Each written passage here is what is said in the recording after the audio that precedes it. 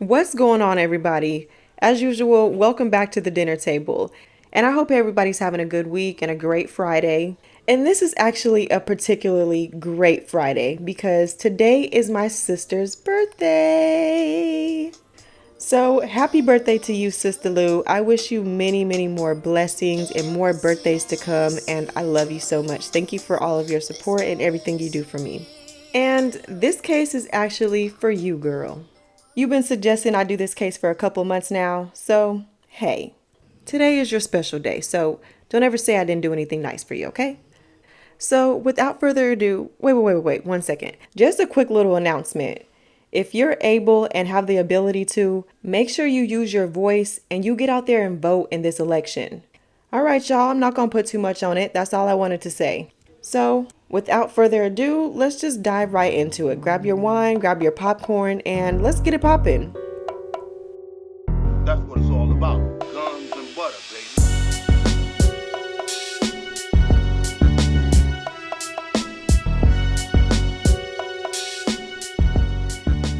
The case I'm going to be telling you guys about this week at the dinner table took place in 2016, but it literally took 7 whole years to go to trial.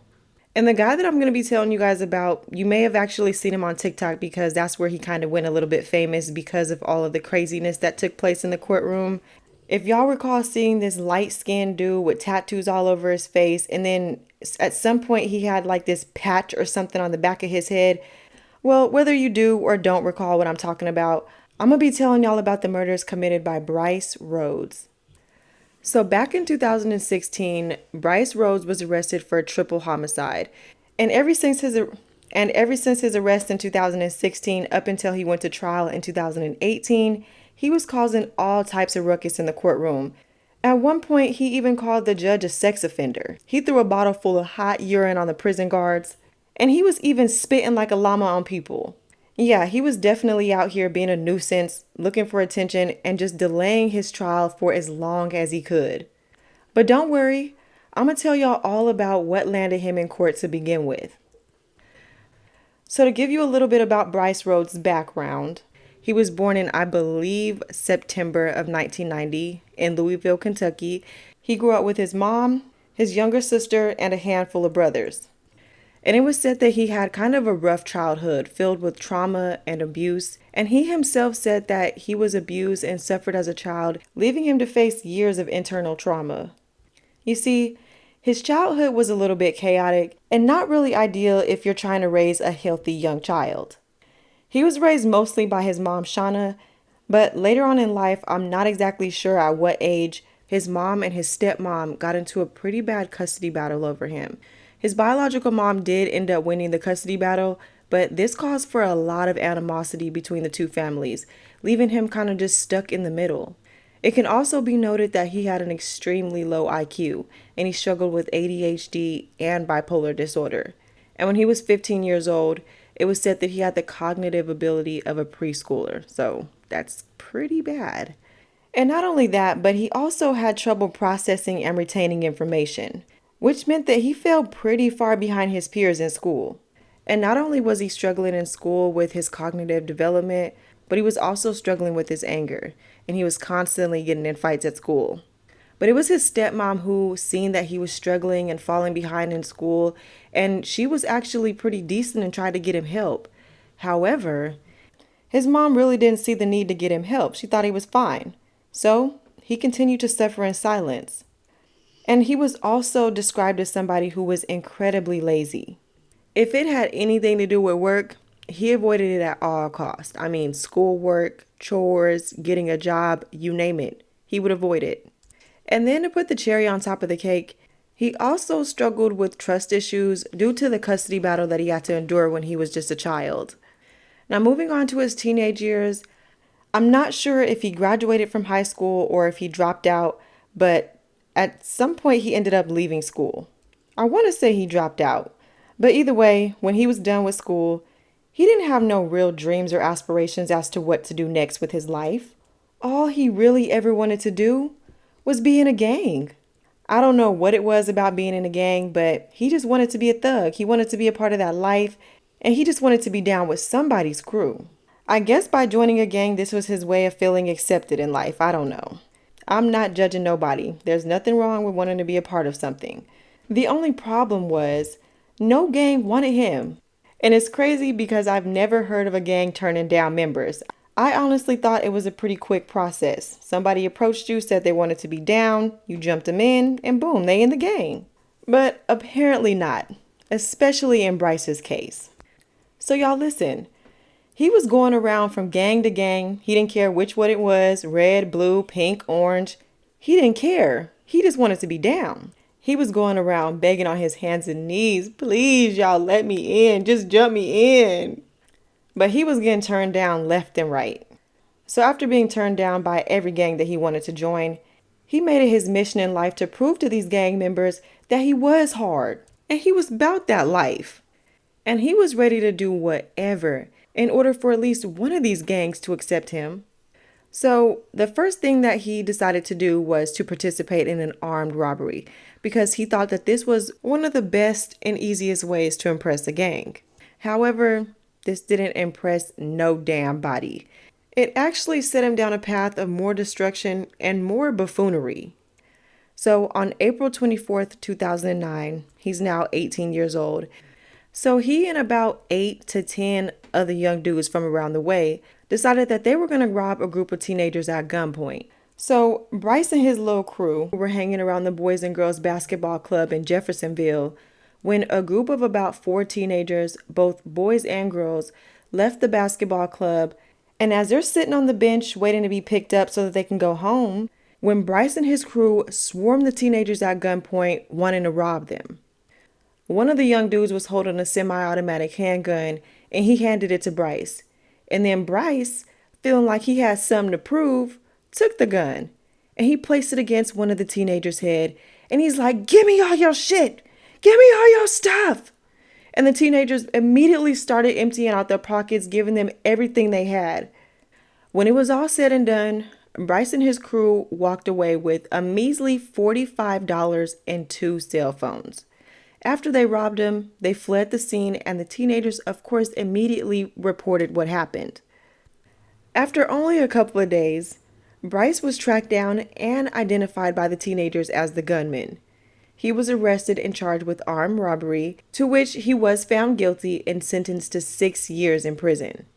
Y'all, so just imagine you wanting to be in a gang so bad, wanting to be a part of something so bad, that off your very first lick at the age of 18, you decide you're pretty much going to initiate yourself into the gang, and then boom, you get caught the first time. That's how you know you shouldn't have continued on. You were just a dumb criminal. And instead of using this as a lesson learned and saying, you know what, this life maybe just isn't for me. Maybe I should just go ahead and try to do something else and be productive. But instead of doing some self-reflecting, he instead goes on to find himself in and out of prison for the next couple of years. So in his early 20s, he was released early from prison, but it didn't take him long to violate his probation. So like I said, he was in and out of prison, and he was sent back to prison for various different offenses. He caught another theft charge, intimidation charges, domestic violence charges, drug charges, so on and so forth. So he would get sent back to prison for violating his probation, get released, violate it again, and it was just this ongoing cycle. One of the more serious offenses that he was charged with was a sexual assault charge against an underage girl. Apparently, he kidnapped a girl who was under the age of 18. I don't know all the details of this case, but he did have those charges on him as well. Moving on to 2013, Brice is now 23 years old, and at this time, he was released from prison for the final time, at least for now. So he moves back home with his mom and younger sister in Louisville. And after spending the last 5 years in prison and approaching his mid-20s, so majority of his adult life he spent in prison behind bars, and you would think that he would never want to go back to prison. Well, not exactly, because he ends up beating up on his mama with his bare hands and a wooden chair, and he did his mama so bad. And for this, he caught a domestic violence charge. However, the charges were eventually dropped. So he was never charged with assaulting his mom. But sadly, that wasn't the only time he assaulted her. In September of 2014, His mom had just gotten home and she was putting away the groceries when Brice just flipped shit. He grabbed his mama by her neck, pulled her and dragged her by her hair, punching her repeatedly in the face before throwing her to the ground. And the only reason why he stopped attacking her is because his younger sister was home and she was able to call the police, which got him to stop. For this, he was put back on probation. But in the meantime and in between time, he had found himself a little girlfriend, and she just so happened to be pregnant by his crazy ass. So after welcoming their first child, you would have thought that Brice wanted to calm down and be a better person for his child. But no, he was still a very violent and angry person. So in July of 2015, here we go again, he attacked his baby mama, repeatedly punching her in the face while she was holding their 4-month-old baby. And for this, all he got was more probation time. So all of this kind of happened around the same time. He was released from prison. He assaults both his mama and then his baby mama. So now he's 24 years old. And he decided he was going to start dropping rap videos on YouTube and start really amping up on his rap career. You know, he had to get his thing off the ground, popping his shit. So he starts going by the rap name Rambo. He would go on to feature local artists in his videos, and then they would in turn feature him in their videos. And he was always, some way, somehow, trying to incorporate being in that gang life in all of his rap lyrics. Even though no gang wanted him, he was always rapping about gangs, sex, drugs, crime, guns. You know how it is. Just a whole lot of cap rap. So by this time, he still couldn't find a gang that wanted him. So he figured, hey, why not create my own little shit? So he started recruiting young, vulnerable, impressionable teenagers. You know, he wanted to go after people that he could easily influence, easily manipulate. You know, young dudes that are real moldable. Someone who would look up to him and aspire to be just like him. So at this time, he started flexing extra hard. You know, getting the youngins to think that he was living this luxurious, fast life with money, nice cars, jewelry, clothes, women. You know how it is. So he started hanging around the local basketball courts, you know, recruiting anyone he could, mainly teenagers between the ages of 13 and 16. And he would go around telling these teenagers that he was a famous rapper, making it seem like if you hung out with him, you can be eating just as good as he was. And you too could be famous, have money, power, respect. And he was showing them his rap videos, trying to get clout and flex on them, even promising them features in his videos, like he was really feeding it to them. So with this whole facade of having money, power, respect, all the youngins really thought that he was offering them better lives. He would buy them gifts, clothes, give them food, put a little money in their pockets, showing them a different side of life that they'd never seen before. But in reality, this man was still living at home with his mama. But these teenagers didn't know nothing about the other side of his life. All they seen was this tough guy who had money and the life that they wanted. And little did they know, he wasn't doing all of this out of the kindness of his heart. He was buying them all these gifts and giving them money because he wanted them to be in debt to him. He wanted them to always owe him. And let's never forget, Buddy is an absolute bum. And he never wanted to do anything for himself. So he was making his little recruits do all of his chores for him. His laundry, getting him groceries clean, and even forcing them to participate in criminal activity like selling drugs. And this is obviously most likely how he was able to make his money, by selling little dime bags of whatever drug was hot on the street. Now, two of the young guys that wanted to follow Brice and possibly be a part of his little gang was 16-year-old Maurice Gordon, who went by Reese, and his 14-year-old brother, Larry Ordway. The two of them were both born in Louisville, Kentucky, where they were raised by their mother, Elizabeth Marie Wren, who gave birth to both of them when she was really young. And they also had different dads who weren't in their lives. So Elizabeth was out here trying to raise her two young sons on her own. Now, although Reese was 2 years older than Larry, they were actually in the same grade. Because you see, Reese wasn't too good when it came to them books and studying, causing him to be held back a couple of grades. So at the time that this case occurred, they were both in the 8th grade. Now, Brice wasn't too hot when it came to his academics. However, he did thrive in other areas. He loved music and he was a really good basketball player.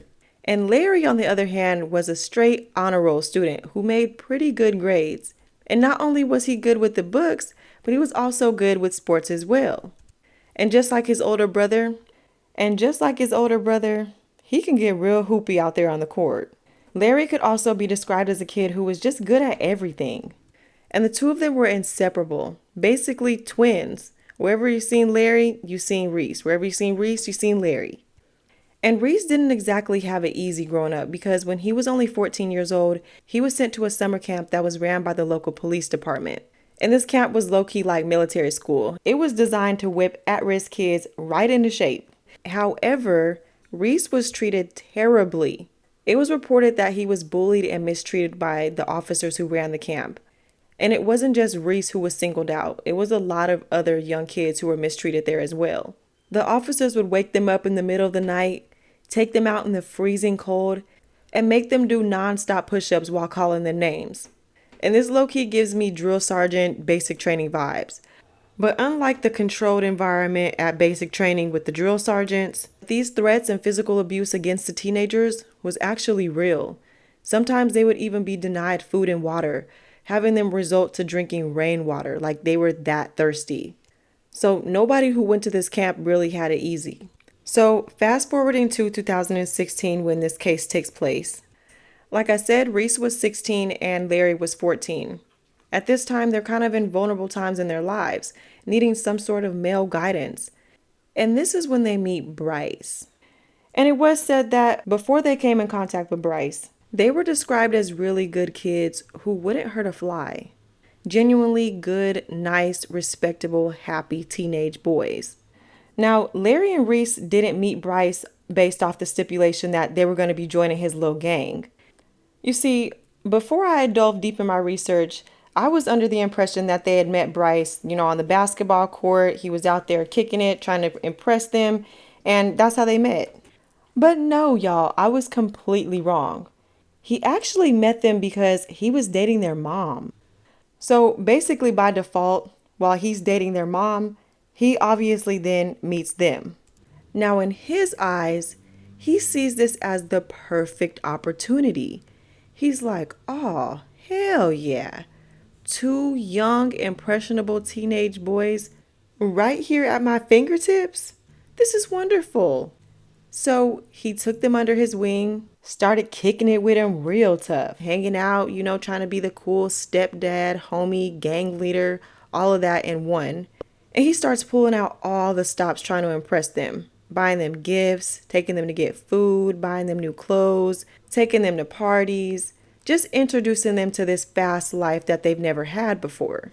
But the downside to all of this was that life started to happen really fast for Larry and Reese. Brice started to make them carry guns and get involved with drugs and violence and just putting them in situations that they shouldn't be in at a young age. And their mom really didn't seem to pay too much attention to what they were doing. So the two of them would go on to be seen in a couple of Brice's little rap videos, possibly even smoking, looking high, and flashing around guns. So not only was he a bad influence on their lives, getting them involved in criminal activity, selling drugs, hitting licks, and committing burglaries, but he was a real-life tumor out here. He would seriously just latch onto a new host and just suck the life out of them. And at the time, Larry and Reese were basically Brice's right-hand men. They could always be seen cruising around with him, not doing shit, pretending to be out here making big money moves. And he did have a few other teenagers that followed him around as well. There was another little dude that hung around, 15-year-old Anwan Carter. Larry, Reese, and Anwan all knew each other from school. So Anwan was basically introduced to Brice through Larry and Reese. And in addition to Anwan, there were 17-year-old Ja'Cory Taylor and 19-year-old Tyron Coleman. And I do want to throw out there that before meeting Brice, just like Larry and Reese, the three of these young men were described as friendly, nice, and wanting to succeed in life. I mean, hey, I don't know if that's actually true. They could have been a nuisance on everybody that they came in contact with, but I'm just giving y'all what I found, okay? So at this point, Brice had created himself his own little loyal gang of 5. And he's just feeling on top of the world, like he's the most powerful, most important person right now. And he's real life the leader of his own gang. He's done it. He's made it. It's now May of 2016. Brice is about 25 years old at this point. And yeah, he has his little gang going and everything is going pretty smooth for him. But he still wanted to elevate and be a part of a real gang. So, still desperate to join a gang, he gets word from the streets that a local gang is looking for someone to run a little errand for them. And in return, they would be paid. So his old eager beaver ass is like, oh, hell yeah, this is my time. If I do this for them, then they'll really respect me and want me to be down with them. Y'all, quick pause right here. It's so crazy that there are actually people in this world like Brice that are so eager to prove themselves and show that they're down and want to be a part of this thug life. And it's really quite lame. But all right, back to the story. So he skips his little happy tail over to this gang that's in need of this favor. And he's like, hey, I heard y'all needed something done. Let me get that for you. And of course, this little favor was to kill somebody. So they're like, all right, we'll give you a shot. So they give him all the details of the person they want done. They give him the description of where he'll be, what he looks like, all that good stuff. And Brice is like, bet, I'm on it. Now this is his perfect opportunity and his one true shot to prove to the gang that he's really down. So he can't mess this up. He has to make sure he gets this job done. So he starts making plans, making arrangements, and you know his lazy ass wasn't going to pull this off alone. So of course, he had to drag Larry and Reese into his plan. Now, Larry and Reese had no idea that they were about to be part of a murder, but they had no other choice but to be down with the big bro Brice. So on May 4th, 2016, Brice and the gang are riding around. Reese is driving, Brice is in the passenger seat, and Larry, Anwan, and Jacory are sitting in the back seat. And they're just riding around, going south down 41st Street. And then, all of a sudden, Brice looks out of the window and he spots a man walking down the street. And he's like, oh my God, that's the nigga I'm supposed to hit. Now, the man walking down the street is 40-year-old Christopher Jones. He's a father of two, and he's described as an incredible person, an amazing father, and as a man who truly loved his family. So on this particular night, he's just walking down the street, minding his business, and Brice took one look at him and was like, that's that motherfucker. So he tells Reese, pull over. And Reese does as he's told. Brice then jumps out of the car, runs up to Christopher, and before Christopher even knows what's going on, Brice pulls out a gun and shoots him in cold blood, hitting him directly in the torso. Christopher didn't even have a chance to get away or even to try to defend himself. The bullet had torn through his soft organs, leaving him laid out on the sidewalk. So Brice then runs off back to the car and orders Reese to drive off. Now back in the car, Larry and Reese are panicking. They're like, what just happened? What the fuck? What the fuck? Why would you do that? We can still help him. I think he's just bleeding out. We can still call the ambulance. And Brice is like, shut the hell up and keep y'all's mouth shut. And if y'all ever even think about saying anything about this, you already know what's going to happen to you. So they just drive off. All the while, as they're driving off, Brice is sitting there thinking in his measly little pea brain that he's just carried out this hit that this gang needed. And he's low-key lit. So he like, hell yeah. They finally finna let me in this gang. However, Brice was off by a long shot.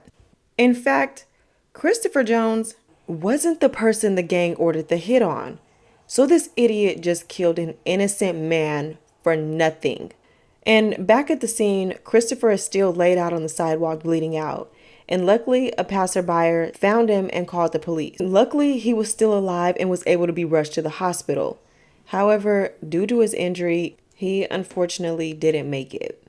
So at this time, Brice hadn't realized that he had pulled the hit off on the wrong person.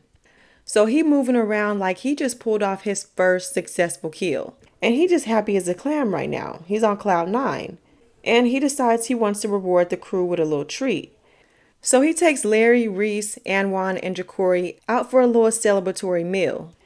And while they're sitting there eating, he made it his point to reiterate if any of them said anything about what had just happened, they were dead. Plain and simple. So everybody was in agreement that nobody was going to say anything. So now that everything's hashed out on the back end, it's time for him to go to the gang who needed the hit done and let them know that the deed was done.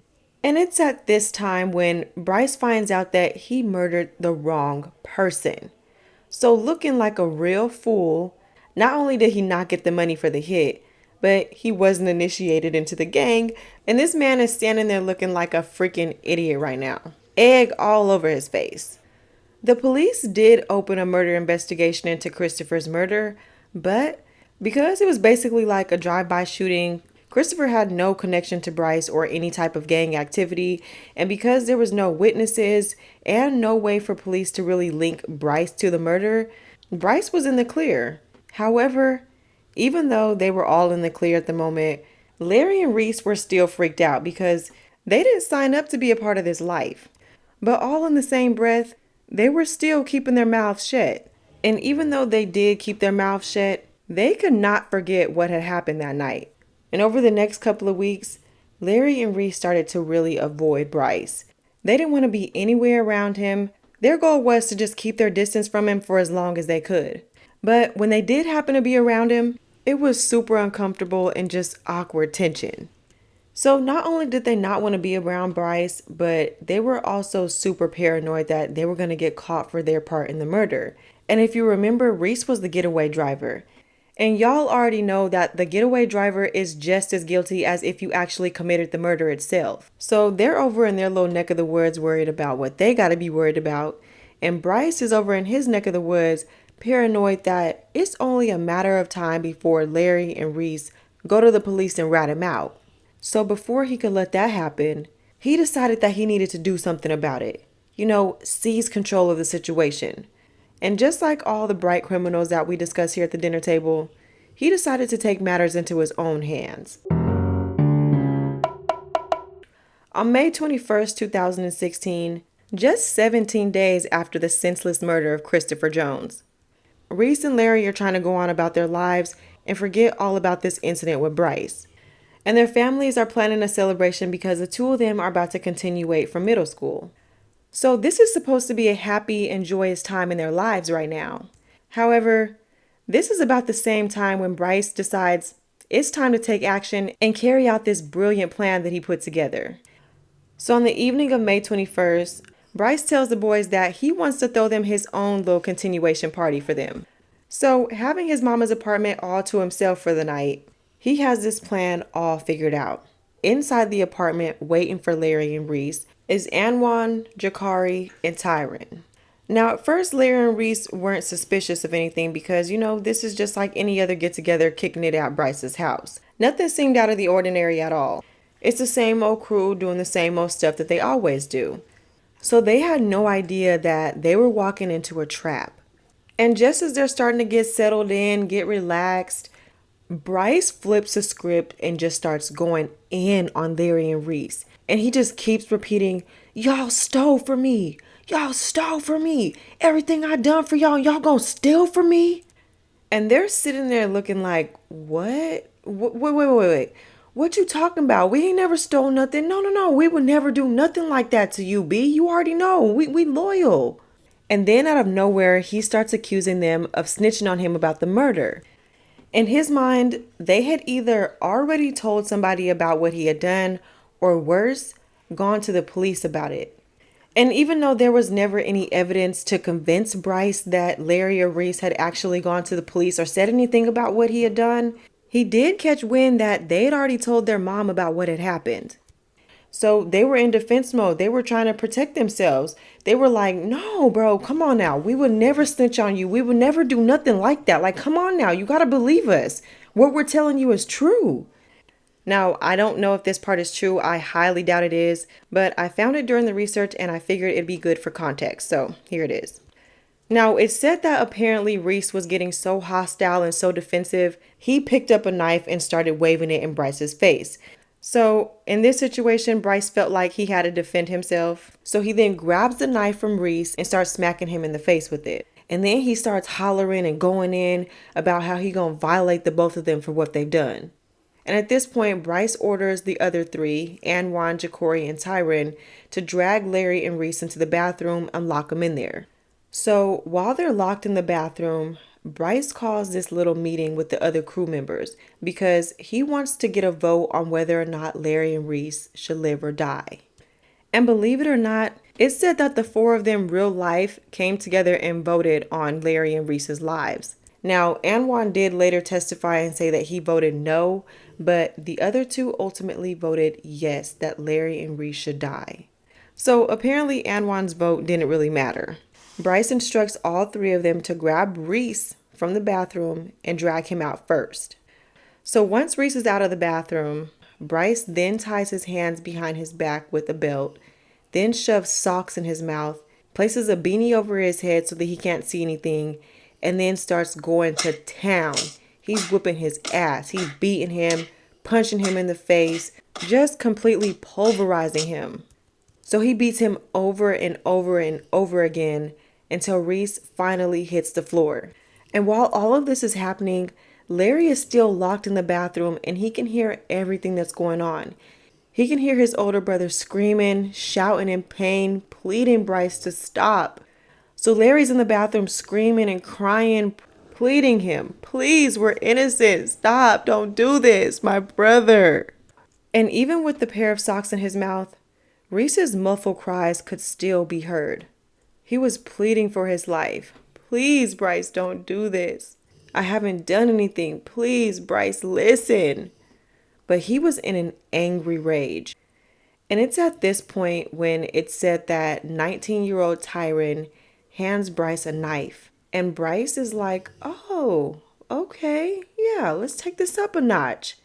So he starts repeatedly stabbing Reese in the torso over and over again.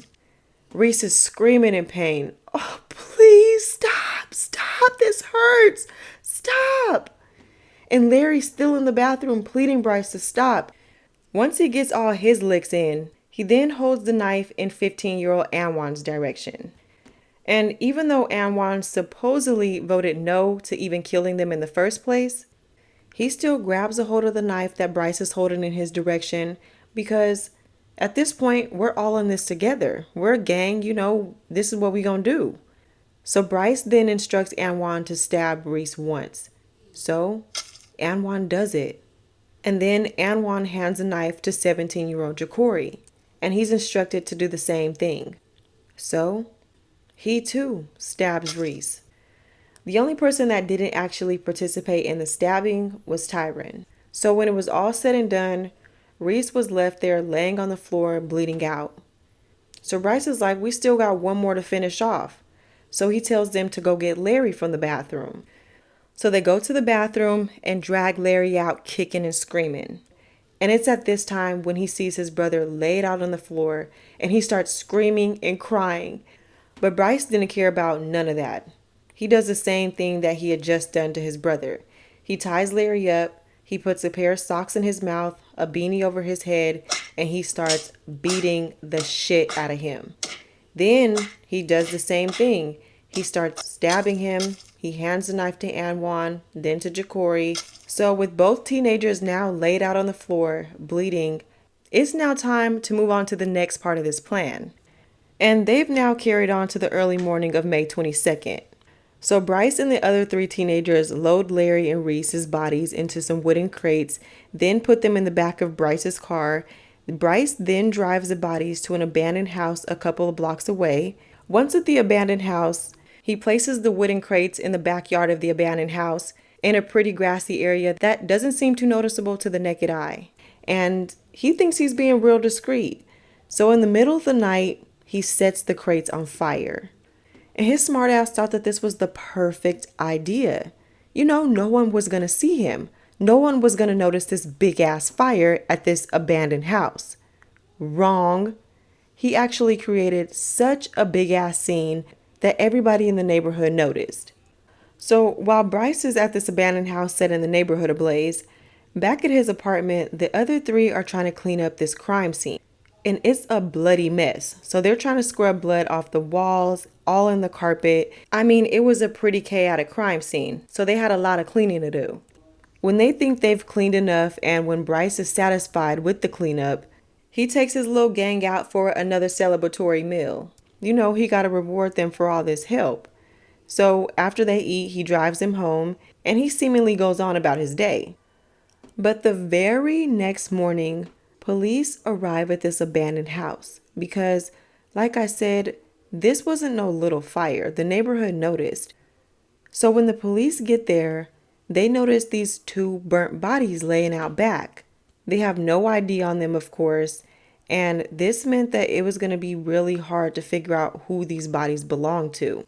So based off the size of the burnt bodies, the investigators pretty much put together that these were bodies of young people. So they go ahead and release these sketches to the public, hoping that maybe somebody would come forward and had, some missing siblings, missing teenagers, something. And it was actually a teacher who came forward, identifying the two young bodies as Reese and Larry. I mean, I would have thought it would have been their mom, but it was actually one of their teachers. So with a good idea of who the identities could belong to, investigators' next task is to inform the families. And after doing so and interviewing people in the neighborhood, it didn't take police very long at all to figure out who Larry and Reese were last seen with. And everybody was pretty much telling the same story. Larry and Reese were just seen the day before this, getting into Brice's car heading to a party with him. So police are like, perfect. Let's go track this dude down. But his high yellow ass was nowhere to be found. But they do track down Anwan's young ass. They don't know if he had anything to do with the murders, but they do want to bring him in and ask him a couple questions about his two missing friends. And Anwan couldn't wait for police to ask him what happened, because this little boy couldn't hold water. He's like, all right, this is what happened. And he goes into detail about how Brice tied up Larry and Reese and how he started beating them and stabbing them. And he even comes clean about his participation in the murders. And on top of him spilling all the beans about Larry and Reese's murders, he didn't come to play no games. He lets them know everything he knows, okay? He also tells them about 40-year-old Christopher Jones's murder. And police are like, wait, what? Okay, we have to speak with this Brice Rhodes dude. So a couple of days later, they do track him down and they bring him in for questioning. However, when they start questioning him, he's trying to play innocent. He pretends he's dumb. He doesn't know anything about what's going on with what they're asking him about. He's just lost in the sauce. And he just has absolutely no clue what the police are talking about. However, police had already began their search of his apartment. And despite the teenager's little cleanup job, they find blood everywhere. So this whole playing dumb facade really wasn't working for him. So his little light-skinned ass was arrested and charged with 3 counts of murder. They also went ahead and arrested Anwan as well, of course. And then they tracked down Jakari and Tyron, and they're arrested and charged with murder as well. Yep, bring all y'all young asses on. Y'all wanted to be tough, y'all wanted to be in a gang, y'all wanted to be down. Look at y'all now, looking dumb. After being arrested in 2016, for the next 7.5 years, Brice would go on to prolong his trial with antics and intimidation in the courtroom, making him quite the TikTok sensation. So he decides to plead not guilty because, like all smart criminals, he thought that he was going to be able to get away with murder. But in December of 2023, his case finally went to trial. And of course, he was assigned an attorney. However, his attorney soon realized that there was a conflict of interest, and he had to recuse himself as being his counsel because he found out that he was friends with Larry and Reese's grandfather. And because of this, his original lawyer wasn't able to represent him. And y'all get this. When his attorney recused himself, Brice literally spat on him. He stood up in the middle of the courtroom and yelled, "You're a coward. I'll see you when I get out." And this was pretty much the start of his prolonged court case. So in August of 2016, he got into a fight with another inmate. He threw the inmate on the floor, cut him on the forehead, and said, "I'll kill you just like I did the others." And then in September of 2016, he got into another fight with an inmate. He spat on him. This man is a real life llama. Stop spitting on people. Then, a few weeks later, he threw this big temper tantrum and refused to go back to his cell. So he started throwing around cleaning supplies at everyone, and then he got a broom, broke it in half, and took the broom handle and started waving it at all the prison guards, saying that he was going to kill them. And then it gets even worse, because 5 days after this, he urinates in a bottle and throws it at the guards. So because of all of these crazy antics, the judge wasn't trying to take any chances with him. So when he was finally able to be in the courtroom, he was ordered to wear this weird looking face mask to keep him from hawking up loogies on people. On top of that, he also had to have his wrists and ankles restrained. So when he came into the courtroom, he was literally being wheeled in a wheelchair, restrained and with this weird face mask on. So he was in the courtroom looking a hot ass mess. And you know he was absolutely enraged about having to be toted around like this. So he then starts threatening the judge, saying that he was going to find out where he lived and kill him. He also threatened the judge's family, and he had to change lawyers multiple times.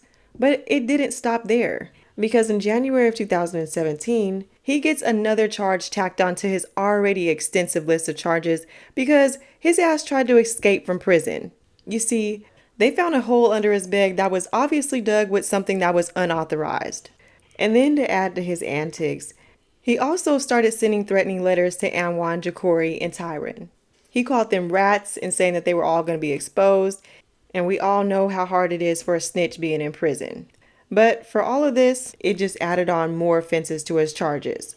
And all throughout 2017, he just kept on with his BS. It was also in 2017 when he said F the lawyers, and he came up with this bright idea that he was going to represent himself in a murder trial with the death penalty on the line. Like, great choice, buddy. You're doing the right thing. It's like, y'all, when do we say, okay, this person is guilty. We're not even going to waste tax dollars with going through with a trial. Let's figure out something else. Because if I was a judge, I would be sitting there picking my nails all day long. There's no reason for me to even hear either of these arguments. I already know he's guilty. I'm not going to let him walk out of here a free man. So why are we going to waste our time? But because Brice was his own counsel, he just wreaked more havoc on the courtroom. He continued to threaten the judge, even accusing him of sleeping with one of the prosecutors on the case, and accusing the judge of being a racist and being a part of the KKK. And at some point, Brice even starts blowing Elizabeth, Reese and Larry's mom. Remember, they used to go together. He starts blowing her kisses in the middle of the courtroom. And at this point, she just couldn't take it anymore. She jumped up and tried to attack Brice. I mean, hell, I don't blame her. But with all of this, the years just continued to fly by, and the case just continued to be prolonged. And as Brice is continuing to delay this process, he's also being seen for many psychological evaluations to determine if he's even fit to stand trial in the first place. Now, in the meantime, while he's trying to delay this process, his counterparts are taking plea deals. 15-year-old Anwan Carter pled guilty to the facilitation of the murder, as well as tampering with evidence, and he was sentenced to 10 years in exchange for his testimony against Brice. Surprisingly, he was actually released from prison in 2019 for good behavior. So he was released on parole on one condition. He paid for the headstones for Larry and Reese, which he actually did. 17-year-old Ja'Cory Taylor also pled guilty in 2018 for the same charges as Anwan. Now with Ja'Cory's plea deal, he ended up getting 3 charges dropped to lesser charges in exchange for his testimony against Brice, and he too got 10 years. 19-year-old Tyron Coleman also accepted a plea deal, admitting that he facilitated the murder of the brothers as well as the movement of their bodies to the backyard of the abandoned house. This, of course, was a lesser charge than the initial charges of complicity murder, and he also pled guilty to tampering with evidence and 2 counts of abuse of a corpse. And he too got 10 years. So I believe Tyron and Ja'Cory are still locked up right now. But moving on to December of last year, 2023, literally 7.5 years after the 3 murders took place, Brice's high yellow ass finally gets his day in court. And y'all, there's really no need to talk about this trial too much because with all of the testimony from Ja'Cory and Anwan, plus all of the evidence that they had against him, it was pretty much an open and shut case. After hearing all the statements from the state and Brice himself, it took a jury less than an hour to find this man guilty of all of the charges of murder. 1 count of tampering with physical evidence, 2 counts of abuse of a corpse in the shooting of Christopher Jones, and for the brutal stabbings of Maurice Gordon and Larry Ordway. But cousins, that's the end of this week's case. I hope y'all enjoyed it and I was able to keep y'all entertained for a little bit. And if you like what you hear, make sure you follow me on whatever platform you get your podcast on. Share it with a friend or family member. And as usual, I'll see y'all back here same place, same time next week.